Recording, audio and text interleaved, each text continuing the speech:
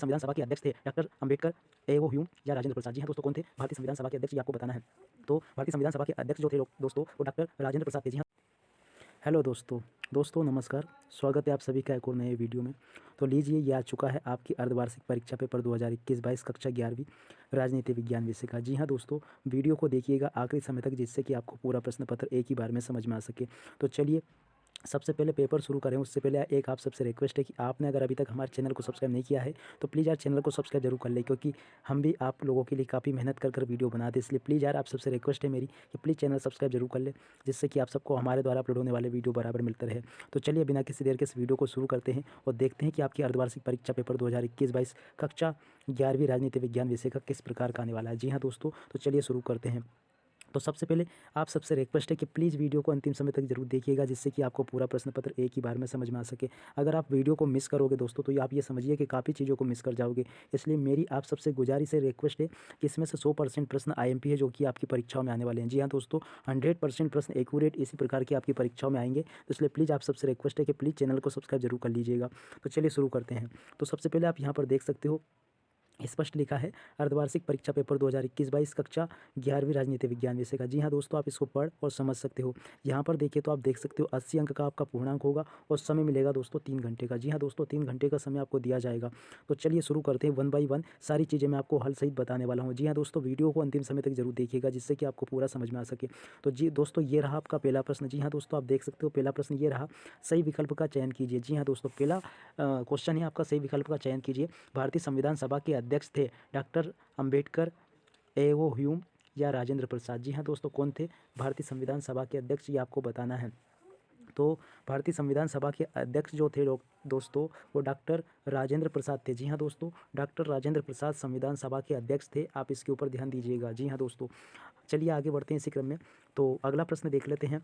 तो अगले प्रश्न की बात करें दोस्तों तो ये रहा आपका अगला प्रश्न, राज्य का सर्वाधिक महत्वपूर्ण तत्व होता है। राज्य का सर्वाधिक महत्वपूर्ण तत्व क्या होता है दोस्तों, ये आपको बताना है। तो आप इसको देख सकते हो दोस्तों, राज्य का सर्वाधिक महत्वपूर्ण तत्व होता है संप्रभुता, सरकार, जनसंख्या, भूमि। तो संप्रभुता राज्य का सर्वाधिक महत्वपूर्ण तत्व होता है दोस्तों, आप इसके ऊपर चिन्ह लगा लीजिएगा। तो चलिए अब इसी क्रम में आगे बढ़ते हैं दोस्तों। प्लीज़ वीडियो को अंतिम समय तक जरूर देखिएगा, ऐसा कि सही प्रश्न पत्र आपकी अर्धवार्षिक परीक्षाओं का छपने वाला है। तो प्लीज़ आप सबसे रिक्वेस्ट है कि अंतिम समय तक वीडियो को जरूर देखिएगा, जिससे कि आपको पूरा समझ में आ सके। अगला देखिए, तो मानव अधिकारों के घोषणा पत्र में कितने अनुच्छेद है। तो दोस्तों आप ये देख सकते हो, मानव अधिकारों के घोषणा पत्र में कितने अनुच्छेद है। कुल मिला के भारतीय संविधान में कितने अनुच्छेद है, आप इसको ऐसे भी पढ़ सकते हो। तो 395 कुल अनुच्छेद है, आप इसको देख लीजिएगा और समझ लीजिएगा। तो चलिए अब आगे बढ़ते हैं। मैं A to Z आपको प्रश्न क्रमांक 1 से लेके प्रश्न 23 तक क्या पूरी चीज़ें आपको बताने वाला हूँ। प्रश्न 1 से प्रश्न 23 तक का A to Z चीज़ें मैं आपको बताने वाला हूँ। तो इसलिए प्लीज़ रिक्वेस्ट है मेरी कि अंतिम समय तक जरूर देखिएगा आप वीडियो को। अगर थोड़ा बहुत भी आपने मिस किया होगा तो काफ़ी चीज़ें आपसे छूट जाएगी दोस्तों। अगला प्रश्न आपकी मोबाइल स्क्रीन पर ये रहा, आप देख सकते हो, संसदीय शासन प्रणाली में कार्यपालिका का कार्यकाल कैसा होता है।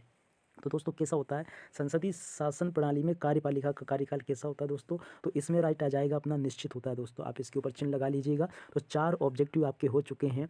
आपको मैं बता देना चाहता हूं कि ऑब्जेक्टिव कितने आएंगे। जी हाँ दोस्तों, आप पूरा इसको देख सकते हो। सही विकल्प आपसे कुल 6 पूछे जाएंगे, यानी कि 1 गुणा 6 यानी कि बराबर 6 अंक के सही विकल्प आपसे पूछे जाने हैं। आप इसके ऊपर ध्यान दीजिएगा। तो हम अभी तक चौथा सही विकल्प कर रहे थे, ये रहा आपका चौथा सही विकल्प, आप यहाँ पर देख सकते हो। संसदीय शासन प्रणाली में कार्यपालिका का कार्यकाल कैसा होता है दोस्तों, निश्चित होता है। आप इसके ऊपर चिन्ह लगा लीजिएगा। और अगला ये है दोस्तों, प्रजातंत्र की आधारशिला है दोस्तों, क्या है, समाज, राज्य, पंचायत या राजनीतिक दल। ये आपको बताना है दोस्तों, प्रजातंत्र की आधारशिला क्या है ये आपको बताना है। तो समाज, राज्य, पंचायत, राजनीतिक दल। तो आप सभी लोग देखेंगे इसको कि तो क्या है प्रजातंत्र की राजनीतिक आधारशिला, आप इसको समझ लेना। चलिए तब तक अगला प्रश्न देखते हैं। मैं अभी 5वें का उत्तर नहीं बता रहा हूँ, जिससे कि आप इसको समझ सके। तो चलिए मैं आपको बता देता हूँ, प्रजातंत्र की आधारशिला जो है दोस्तों वो अपना समाज है। जी हाँ दोस्तों, इसका राइट आंसर ये हो जाएगा, आप इसके ऊपर चिन्ह लगा लीजिएगा। अगला बात करें हम तो ये रहा आपका अगला प्रश्न, प्रश्न क्रमांक 6 आप देख सकते हो, इनमें से मंत्रिमंडल राष्ट्रपति के प्रति उत्तरदायी होता है कैसे, संसदात्मक शासन में, संघात्मक शासन में, कैसे, अध्यक्षतात्मक शासन में। मंत्रिमंडल राष्ट्रपति के प्रति उत्तरदायी होता है। तो दोस्तों इसका राइट आंसर ये हो जाएगा, आप देख लीजिएगा। तो मैंने अभी तक आपको प्रश्न क्रमांक 1 से लेकर 6 तक के सभी सही विकल्प बता दी है। उम्मीद करता हूँ कि सभी सही विकल्प आपने नोट कर लिए होंगे दोस्तों। तो चलिए अब आगे बढ़ लेते हैं। तो आगे बढ़े तो आप देख सकते हो, तो दोस्तों ये आप देख सकते हो प्रश्न क्रमांक 2 है। प्रश्न क्रमांक 2 में आपसे पूछी जाएगी रिक्त स्थान पूर्ति। जी हाँ दोस्तों, आप देख सकते हो सभी वेदों में प्राचीनतम वेद का नाम है। जी हाँ दोस्तों, आपको ये बताना है कि सभी वेदों में सबसे प्राचीन वेद कौन सा है। तो दोस्तों इसका आंसर हो जाएगा ऋग्वेद। जी हाँ दोस्तों, ऋग्वेद सभी वेदों में सबसे प्राचीनतम वेद है, तो इसका राइट आंसर हो जाएगा ऋग्वेद। अगला देखिए, तो मानव अधिकार दिवस प्रतिवर्ष कब मनाया जाता है दोस्तों? तो ये मनाया जाता है दोस्तों 10 दिसंबर को। जी हाँ दोस्तों, इसका राइट आंसर हो जाएगा 10 दिसंबर। मानव अधिकार दिवस 10 दिसंबर को मनाया जाता है, तो इसका राइट आंसर ये हो जाएगा। अगला आप देख सकते हो, एकात्मक राज्य में नागरिकता होती है जो, तो इसका आंसर हो जाएगा एक हरी नागरिकता होती है एकात्मक राज्य में। आप इसके ऊपर चिन्ह लगा ले। भारतीय जनता पार्टी का चुनाव चिन्ह क्या है दोस्तों? तो ये तो आपको पता होगा, वैसे नहीं पता है तो फिर भी मैं आपको बता देता हूँ, कमल का फूल। जी हाँ दोस्तों, भारतीय जनता पार्टी का चुनाव का चिन्ह क्या है? कमल का फूल। तो आप इसको लिख ले और नोट कर ले बराबर। ये very very most IMP objective है, जो कि आपकी परीक्षाओं में आपको जो कि त्यो देखने को मिल सकते हैं। अगला देखो, तो ग्राम स्तर पर पंचायत होती है। तो दोस्तों ग्राम स्तर पर कौन सी पंचायत होती है? ग्राम स्तर पर ग्राम पंचायत होती है। जी हाँ दोस्तों, ग्राम पंचायत ग्राम स्तर पर होती है। आप इसको लिख लें। और अगला देखिए, तो नगर निगम के प्रधान को कहते हैं दोस्तों, नगर निगम के प्रधान को क्या कहते हैं? तो उसके प्रधान को महापौर कहा जाता है। नगर निगम के प्रधान को क्या कहते हैं? महापौर कहते हैं। तो ये प्रश्न क्रमांक 2 हो चुका है। चलिए बढ़ते हैं और अगला प्रश्न देखते हैं आगे। और दोस्तों अगर आगे बात करें तो प्रश्न क्रमांक 3 में यहाँ पर आपको सही जोड़ी देखने को मिलेगी। जी हाँ दोस्तों, आप ये देख सकते हो सही जोड़ी दे रखी है आपको, प्रश्न क्रमांक 3 में ये देखने को मिल जाएगी। तो आप सभी लोगों को सही जोड़ी नोट कर लेनी है। हाँ जी हाँ दोस्तों, आप सभी लोग इस सही जोड़ी को अच्छे से नोट कर लेंगे। तो चलिए देखते हैं, जोड़ी मिलान देख लेते हैं। तो सबसे पहला जो है दोस्तों, इसकी जोड़ी मिल जाएगी चौथे से, संप्रभुत्व से।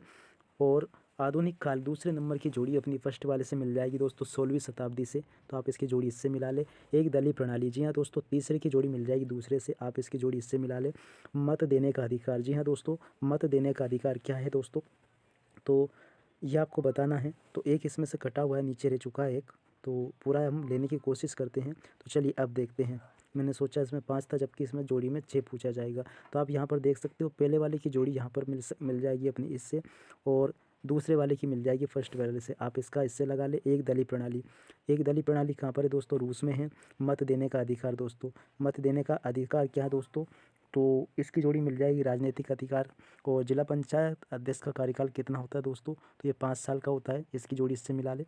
और त्रिपिटक शुद्ध विनिमय अधिधम्म, तो ये इसकी जोड़ी आमने सामने ही मिल जाएगी। तो ये जोड़ी मिलान हो चुका है दोस्तों। उम्मीद करता हूँ कि आपने इसको नोट कर लिया होगा। आप सबसे रिक्वेस्ट है कि आपने अगर अभी तक हमारे चैनल को सब्सक्राइब नहीं किया है तो प्लीज़ यार चैनल को सब्सक्राइब जरूर कर ले। प्लीज़ आप सबसे रिक्वेस्ट है मेरी, प्लीज़ चैनल सब्सक्राइब हो जाना चाहिए। तो चलिए आगे देख लेते हैं। आगे देखें तो यहाँ पर दोस्तों आपको सत्य असत्य देखने को मिलेंगे।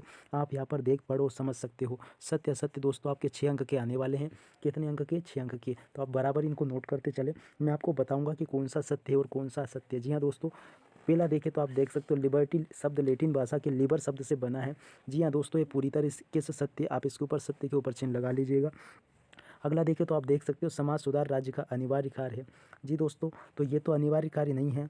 समाज को सुधारना राज्य का अनिवार्य कार्य नहीं है। ऐच्छिक हो सकता है पर अनिवार्य नहीं है। स्वस्थ जनमत के लिए शिक्षित व जागरूकता तथा स्वतंत्र प्रेस 2 शर्तें हैं। जी दोस्तों, ये पूरी तरह से सत्य है। आप इसके ऊपर चिन्ह लगा लें।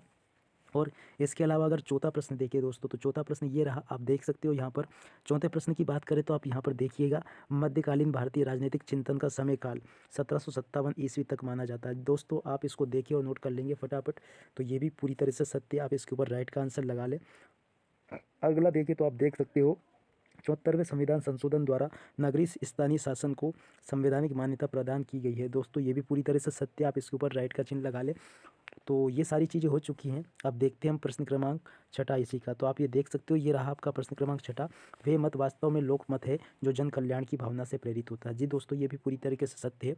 वीडियो के मध्य में भी मैं आप सभी से कहता हूँ, प्लीज़ आप सबसे रिक्वेस्ट है मेरी कि प्लीज़ चैनल को सब्सक्राइब जरूर कर दीजिए। आप प्लीज़ आप सबसे रिक्वेस्ट है मेरी, जितने भी बच्चे अभी तक देख रहे हैं उन सबसे मेरी रिक्वेस्ट है, प्लीज़ चैनल को सब्सक्राइब जरूर कर दीजिएगा।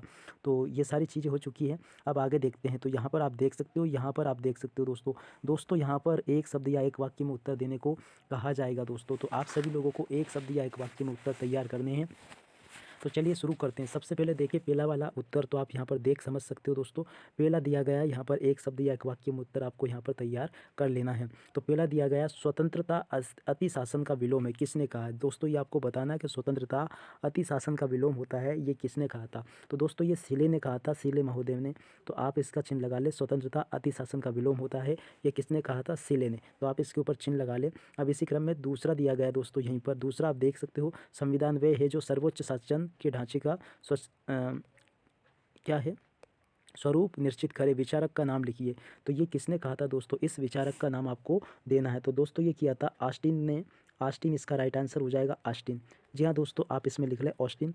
तो ये इसका दूसरे वाले का राइट आंसर हो जाएगा। अगला देखिए तीसरा, तो तीसरा आप यहाँ पर देख सकते हो दोस्तों।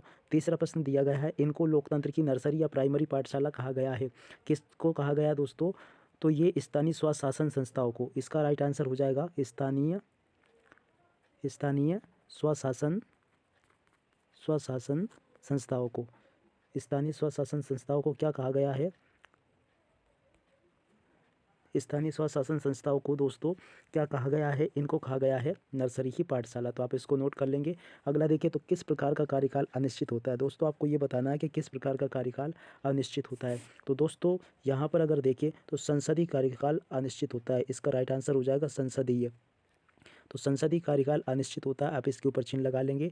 अगला देखिए, तो चुनाव आयुक्तों की नियुक्ति किसके द्वारा की जाती है? तो दोस्तों चुनाव आयुक्तों की नियुक्ति किसके द्वारा की जाती है दोस्तों? तो ये नियुक्ति की जाती है राष्ट्रपति के द्वारा। चुनाव आयुक्तों की नियुक्ति राष्ट्रपति के द्वारा की जाती है, आप इसके ऊपर चिन्ह लगा लेना। तो ये हो गया है। अब चलिए इसी क्रम में अगला देख लेते हैं। तो आगे देखिए, तो ये रहा आपका छठा प्रश्न, आप यहाँ पर देख समझ सकते हो दोस्तों। तो ये छठा प्रश्न है, प्रत्येक राष्ट्र को किस चीज़ का अनिवार्यता अधिकार होता है दोस्तों? तो वो अनिवार्यता अधिकार कितना होता है? आत्मनिर्णय का। जी हाँ दोस्तों, प्रत्येक राष्ट्र के अनिवार्यता क्या होता है? आत्मनिर्णय। आत्मनिर्णय लेने का अधिकार होना चाहिए, आत्मनिर्णय। तो आप इसके ऊपर चिन्ह लगा ले दोस्तों, जिससे कि आपको ये समझ में आ जाए। दोस्तों यहाँ से आपका प्रश्न क्रमांक 6 शुरू होता है, आप पूरा इसको देख लीजिएगा और इसको बहुत ही अच्छे से याद भी कर लीजिएगा। आप देखिएगा, संविधान की परिभाषा एवं संविधान की 2 मुख्य आवश्यकताएं लिखिए। मतदान करना क्यों आवश्यक है, उसी के अथवा में आपको देखने को मिल जाएगा। और उसी के नीचे देखें तो दोस्तों ये कुछ प्रश्न मिल जाएंगे। आप सभी लोग इन प्रश्नों का बहुत ही अच्छे से अध्ययन करेंगे, जिससे कि आपको ये पूरा समझ में आ सके दोस्तों। इसके अलावा कुछ प्रश्न ये दिए गए हैं, आप लोग इन प्रश्नों को भी देखेंगे और इनको अच्छे से नोट कर लेंगे। इसके अलावा कुछ प्रश्न ये है, आप फटाफट इनको नोट कर लीजिएगा, क्योंकि समय भी आपके पास में काफ़ी कम है। तो आप इन प्रश्नों को अच्छे से नोट करें और इनको याद जरूर कर ले दोस्तों। तो ये मैंने ऑब्जेक्टिव टाइप के प्रश्न तो हल करके आपको बता दिए हैं, पर फिर भी आप इन प्रश्नों को एक बार देख लीजिएगा, जिससे कि आपकी तैयारी अच्छे से हो सके दोस्तों। तो आप सभी लोगों से निवेदन यही रहेगा कि आप इन प्रश्नों के उत्तर, आपके पास में जो भी अध्ययन सामग्री हो उसमें से आप इनको बहुत ही अच्छे से नोट करके याद कर लीजिएगा, जिससे कि आपको ये समझ में आ सके। तो आप सभी लोग इसको देखिएगा। और इसके अलावा कुछ प्रश्न ये हैं, आप लोग इनको देख ले और नोट कर लीजिएगा। आप यहाँ पर देख सकते हो, शांतिवाद के विषय में आप क्या जानते हैं संक्षेप में लिखिए। तो ये आप सबको ये बताना है दोस्तों। इसी के अलावा कुछ प्रश्नों की और बात करें तो दोस्तों आप यहाँ पर देख सकते हो, कुछ प्रश्न ये दिए गए हैं, आप लोग इन्हें भी देखेंगे और नोट कर लेंगे बराबर। तो आप सभी लोगों से निवेदन है कि आप इन प्रश्नों को देखें और नोट करते चले बराबर। और इसी के क्रम में अगला ये प्रश्न दिया गया है, आप इसको देखें और नोट कर ले। व इसके अलावा कुछ प्रश्न ये दिए गए हैं, आप लोग इनको भी देख लेंगे और नोट कर लेंगे दोस्तों। तो ये सारे प्रश्न थे जो कि मैंने आप सबको पूरे बता दिए हैं। चलिए अंतिम क्रम तक हम देखते चलते हैं। आप सभी लोग इन प्रश्नों के उत्तर, आपके पास में जो भी अध्ययन सामग्री है दोस्तों, आप उसमें से आसानी से इनको याद कर सकते हो। उसी के अलावा कुछ प्रश्न ये दिए गए हैं, 21वां प्रश्न यहाँ पर है आपका, और आप देख सकते हो यहीं पे इसी जगह पर आपको 22वां प्रश्न देखने को मिल जाएगा। तो आप सभी लोगों से निवेदन यही है कि आप इन सभी प्रश्नों के उत्तर अच्छे से तैयार कर ले, प्रिपेयर कर ले, जिससे कि आप सबका अर्धवार्षिक, मैं आप सभी को अर्धवार्षिक परीक्षा हेतु शुभकामनाएं देता हूँ और इस वीडियो से विदा लेता हूँ। नमस्कार।